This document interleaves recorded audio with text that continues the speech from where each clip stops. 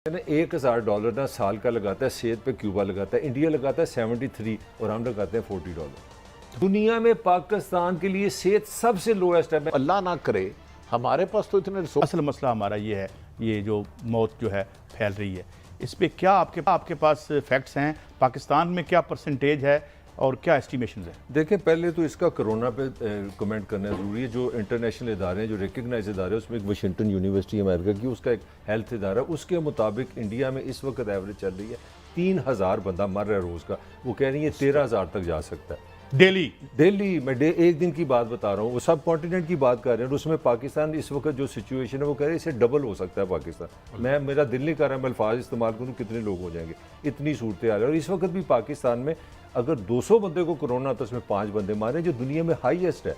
तो ये तो 2.5% डेथ रेट है। 2.5, इसीलिए मैंने कहा 200 में से 5। मगर इसके साथ मैं एक ज़ाती कमेंट करना चाह रहा हूँ। मैं इस चीज़ पे मैंने हमेशा इमरान खान की एक तारीफ़ की है कि एक उनकी बात बड़ी लॉजिकल थी। मैं ये नहीं कह रहा कि कोरोना बड़ी अच्छी चीज़ है, इसको आने दो, लोगों को मरने दो, नहीं। मगर इसके साथ हमारे पास कोई ऑप्शन नहीं, हमें इकनॉमिक का माशी सूरत हाल सामने रखनी पड़ेगी। देखिए, सिंपल सा सवाल है, कल परसों ये कह रहे हैं हर चीज़ बंद होगी। अब मेरा अगर दूध का कारोबार है तो हफ्ते और इतवार को मैं दूध किधर फेंकूंगा? मेरे फल किधर जाएंगे? मेरी सब्जियां किधर जाएंगी? मेरा सिर्फ एक ही पॉइंट है, पाकिस्तान की रियासत की ये जिम्मेदारी है। अगर वो मेरी सेहत की जिम्मेदार है तो मेरे पेट की भी जिम्मेदार है। There must be balance. There must be balance. अब आप बात देखें, आ गई भूख नंग है, इसका मतलब है हफ्ता इतवार को बिल्कुल ही लोगों को ईद के दिनों में जिन्होंने पूरे साल की रोटी जमा मर जाएंगे सर, वो मर जाएंगे, कोरोना से बच जाएंगे। खुदकशियों के इजाफा होगा, कोरोना से नहीं होगा तो खुदकशियों से होगा। खान साहब कह चुके हैं, मैंने तारीफ की उनकी। खुद कहते हैं लॉकडाउन पूरा नहीं करूंगा, भूख से इसकी ऐसी स्ट्रेटेजी बनानी चाहिए। सवाल आप दोनों से, 24 घंटे खोल दें, ये असल बात, टाइम ओवर मुकर्रर कर दें कि रश ज्यादा ना हो, और हमें भी एसओपी पर अमल करना चाहिए। मुझे ये ताजरों की तरफ से आया, आप इसमें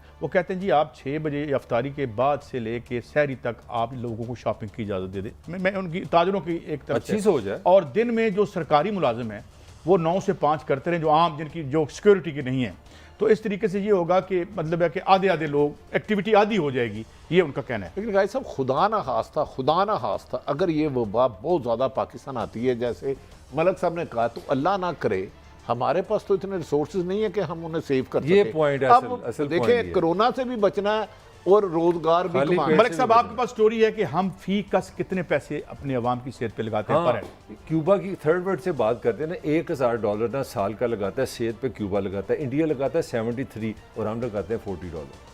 तो फिर जो इंडिया के साथ हो रहा है, क्वाइट अंडरस्टैंडेबल। दुनिया में पाकिस्तान के लिए सेहत सबसे लोएस्ट है। मैं कागजों में प्रूव कर सकता हूँ। एजुकेशन और अच्छा, कल की सुन ले, जो एक दूसरी पर्सनल ऑब्जर्वेशन है, आप दोनों भी शामिल हैं। मुझे कल दुख हुआ कल जाके, क्योंकि हम टीवी पे बैठते हैं, जब मैंने देखा हर दुकान खुली थी, आप फिटनेस है। अब मुझे लग रहा है कि ये मुझे मेरे मुल्क के इदारों को भी आप, लेकिन जो आपने मेरी सुई फंसी हुई आपने जो पहले फिगर दी है, जो आपने क्यूबा की मिसाल दी है, वो टोटल इकॉनमी तकरीबन $100 बिलियन की। ठीक है, हमारी इकॉनमी 1/3 है, वो हम 300 बिलियन के करीब हैं। जो ठीक है, उनकी 1 करोड़ आबादी है और हमारी 22 करोड़ आबादी। अब ये देखें कि वो $1000 स्पेयर कर रहा है और दुनिया के बेस्ट हेल्थ का $40 है जी, बेस्ट। और फर्क क्या है, क्या वजह है कि अमेरिका एक आपके लिए खास तौर पे भट्टी साहब के लिए, पाकिस्तान के सिस्टम में आपको पता है 65% पाकिस्तानी प्राइवेट हॉस्पिटल जाने पे मजबूर हैं, लाजमी है। पाकिस्तान की रियासत 35% को फेल कर दी। 95% लोग प्राइवेट अस्पताल अफोर्ड ही नहीं करते। फिर जाके मर जाए, ठीक है। देखें, फिर मरना तो अल्लाह माफ करे, कोई नहीं है ना। मेरी एक एक्वेंटेंस का भी फोन आया था, हम जब इकट्ठे बैठे थे शो से पहले, तो कहीं से उन्होंने नंबर लिया, उन्होंने कहा अच्छा, रियासत होगी माँ जैसी, ये किसने कहा था और क्यों कहा था और किस मुल्क के लिए कहा था? वो सौतेली माँ जैसी कहा था उन्होंने। आपको गलती, मुझे गलती लगी थी, ठीक है। अच्छा, वैसे देखिए हम कितने बेवकूफ़ हैं। 30 सेकंड हमने घी खा के, सिगरेट पी के 650 अरब रुपए हम ज़ाया कर देते हैं सिर्फ अपने दिल के मराज के, फेफड़ों की बीमारियों से। हमने लोगों को एजुकेट नहीं किया कि भाई सिगरेट छोड़ दो, घी खाना छोड़ दो। 650 अरब हम इस पे लगा देते हैं। बात ये पैसे भी हैं, सब कुछ है ना प्रायोरिटीज ठीक है, ना तरजीहात ठीक है। इस पे सियासत करें और ये गंदी लड़ाई बंद करके कोई हमारा काम भी कर दे। पाकिस्तान में कुछ दानिस्ता या गैर दानिस्ता, जिनमें मौलाना फजलुर रहमान है, मुल्क के हालात ख़राब करना चाह रहे हैं। कल भी उन्होंने जो एक गुफ्तगू की, मैं वो अल्फाज दोहरा नहीं सकता। इनका ये है कि इस मुल्क में अफरा तफरी फैले और मुल्क अमन की तरफ ना जाए, और इसके लिए अब इमरान खान ने फैसला करना है कि क्या उनके होते हुए उनके अहम तरीन अदारों की तजलील बंद होगी या ये जारी रहेगी। नाअहली अगर नैब करप्शन का कमजोर, अंदर तक सरायत किया अगर हुआ जहर। हुकूमत कमजोर, अगर अदारे कमजोर, तो फिर साफी बेचारा की करे, ठंडा पानी पी मरे। तो मैं भट्टी साहब कौन सी यही पोजीशन ले रहा हूँ ना। फिर साफी मैं बेचारे मलिक साहब से दोबारा ये क्या अर्ज करता शिकवा हूँ, हमसे गिला, हम नहीं तो मैं ये कहता हूँ कि कंटिन्यू कर रहा है, उस निजाम में कोई तब्दीली नहीं आई। ताई साहब फिर अवाम कहाँ जाए मुझे बताया अब ना, मैं और आप कुछ- खून कुछ कौन जला रहे वहाँ हैं? श्रीलंका चले जाएं। श्रीलंका। आज सुन लें अपना तरीके लबैक की प्राइम मिनिस्टर साहब ने खुद कहा ना हमने उन पे लगा दी है अच्छा। पाबंदी, और पाबंदी लगाएगी सुप्रीम कोर्ट। बकायदा खबरें जो आई थी आज सुन लें उन्होंने अपना वजारत दाखिला में दरख्वास्त दी है, और वजारत दाखिला की खूबसूरती है पाकिस्तान में इस तरह काम नहीं होते। आज उन्होंने बोर्ड बना दिया और कल उन्होंने इजलास बुला लिया। वो सब मुझे लगता है कि कल परसों उनकी पाबंदी खत्म हो जाएगी। मैं पाबंदी के हक और मुखालफत में बात नहीं कर रहा, मैं कह रहा हूँ ये हुकूमत जो पोजीशन लेती है उसके बाद यूटर्न ले लेती है। यूटर्न ले लेती है, बिल्कुल ठीक है। मैं खुद कह रहा हूँ, देखें इस गरीब आवाम को जिसके जिस्म पे तन पे लिबास नहीं पूरा, पेट में रोटी नहीं, 450 अरब और फिर आपने 1500 अरब, ये अवाम की खाल ही उतरेगी ना। बिजली महंगी होगी तो अवाम की खाल। ये जिन्होंने मुआहदे किए हैं ये क्यों मुल्क से भागते हैं? मेरा सिर्फ एक ही गुजारिश है, खुदारा या कानून खत्म कर दो, या कानून खत्म कर दो, या इल्जाम लगाना छोड़ आज दो। कौमी अखबार, एक हमारे कौमी अखबार में मेरे पुराने कुलीग हैं जावेद चौधरी साहब, उनका एक कॉलम छपा है जिसमें उन्होंने एक खबर ब्रेक किया है कि यूनाइटेड नेशन के यूएनओ के ना नेटो के किसी अफसर ने, उनका नाम है स्टेफनो कॉन्टेकार्वो, उन्होंने इस मुल्क की एक बहुत अहम ताकतवर शख्सियत को बताया कि हम यहाँ वेस्पा का, ये नाम ये उनकी तस्वीर है कि हम यहाँ पर वेस्पा का प्लांट लगाना चाहते हैं।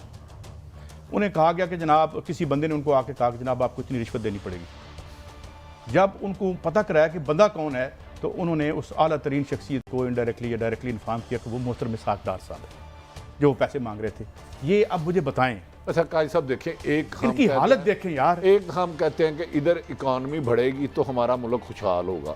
ये नेटो का बाहर नुमाइंदा से कह रहा है, मैं नहीं कह रहा। बाहर से इन्वेस्टर आ रहा है और आपका वजीर उस वक्त का खजाना उससे पैसे मांग रहा है, तो फिर मैं किसके हाथ में अपना लहू तलाश करूं? मुझे मेरी भी तो रहनुमाई करें।